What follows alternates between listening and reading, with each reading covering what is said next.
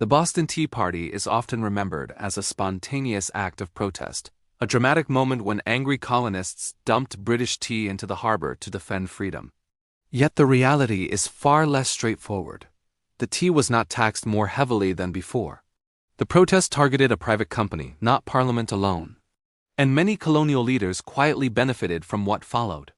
So why did this event happen the way it did? Who actually stood to gain? And why has its meaning been simplified ever since? In this video, we're going to examine this story in detail and uncover what history usually leaves out. By 1773, tensions between Britain and its American colonies had been building for over a decade, but they were not moving inevitably toward revolution. Many colonists still considered themselves loyal British subjects. The core dispute was not independence, but authority specifically, whether Parliament had the right to tax and regulate the colonies without their direct representation. The earlier Stamp Act and Townshend duties had triggered resistance, yet most of those taxes were repealed. What remained was a fragile, uneasy compromise rather than open rebellion. The Tea Act of 1773 did not impose a new tax on the colonies. In fact, it made tea cheaper. The British East India Company, struggling financially, was allowed to sell tea directly to the colonies without going through British merchants. This eliminated middlemen and lowered prices for consumers. Official explanations often frame colonial resistance as opposition to taxation, but this raises an immediate question. Why protest a law that reduced costs?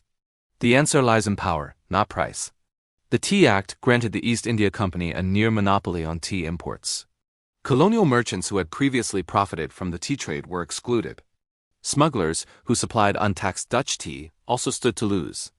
For many influential figures in port cities like Boston, the issue was economic displacement disguised as constitutional principle.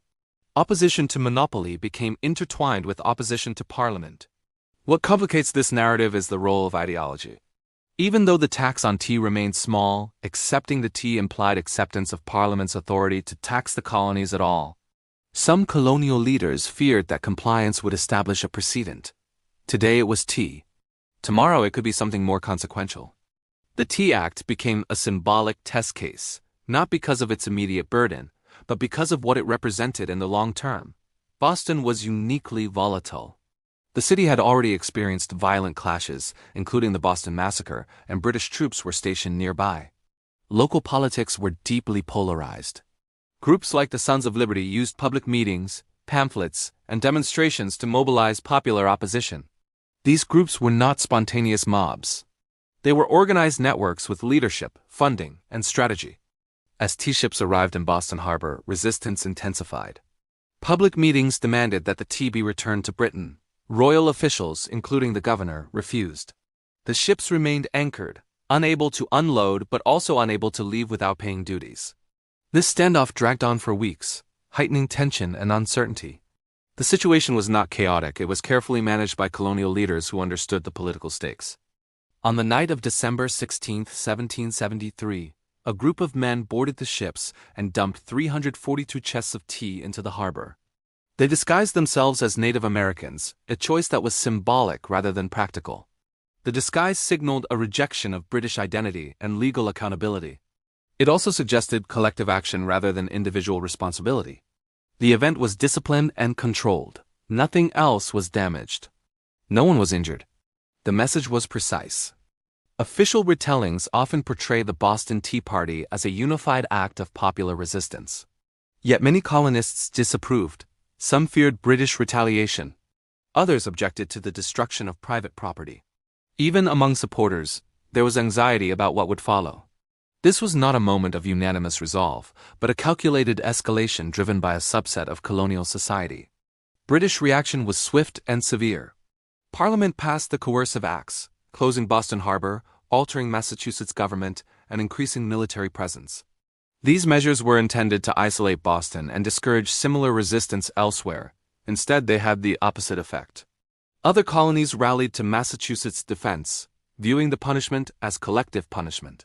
What had been a localized conflict over tea became a continental crisis. This raises an important question. Was the Boston Tea Party a cause of revolution, or a catalyst that transformed existing tensions into something irreversible?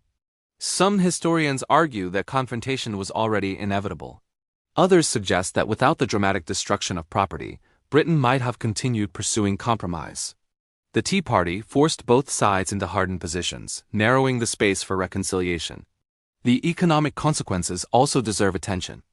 While small consumers might have benefited from cheaper tea under the Tea Act, colonial elites involved in trade and shipping gained politically from resistance. Smuggling networks remained profitable. Local leaders gained legitimacy as defenders of liberty. The language of principle elevated economic self-interest into moral cause, a pattern that would repeat throughout revolutionary politics.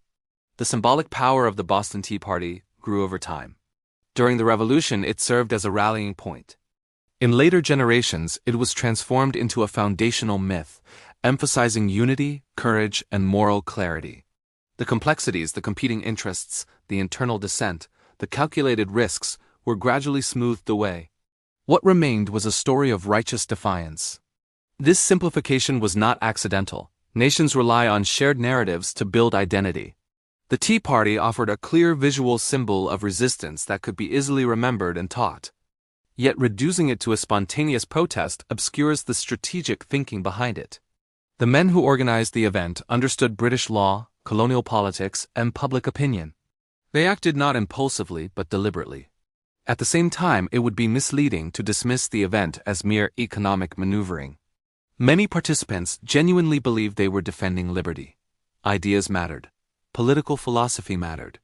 The fear that distant authority could govern without consent was real and deeply felt. The Boston Tea Party fused material interests with ideological conviction, making it powerful precisely because it operated on both levels. The real story, then, is not one of simple heroes and villains. It is a story of escalation, symbolism, and calculated risk.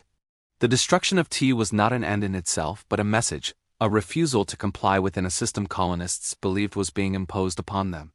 It was an act designed to provoke response, knowing that response might reshape the future. In the years that followed, the Boston Tea Party became a reference point, invoked to justify resistance and eventually independence. Yet its participants could not have known where the path would lead. They acted in a moment of uncertainty, balancing fear and opportunity, principle and consequence. By looking closely at the Boston Tea Party, the familiar image begins to shift. It was not simply about tea, nor was it purely about taxes. It was about who held power, how authority was enforced, and how far people were willing to go when legal channels seemed closed. The event did not resolve these questions. It intensified them. The enduring significance of the Boston Tea Party lies not in its symbolism alone, but in what it reveals about political change. Revolutions are rarely born from single causes. They emerge when economic pressures, ideological beliefs, and strategic decisions converge. The Tea Party was one such convergence, messy and calculated at the same time, leaving behind a legacy that is far more complex than the story most of us first learned.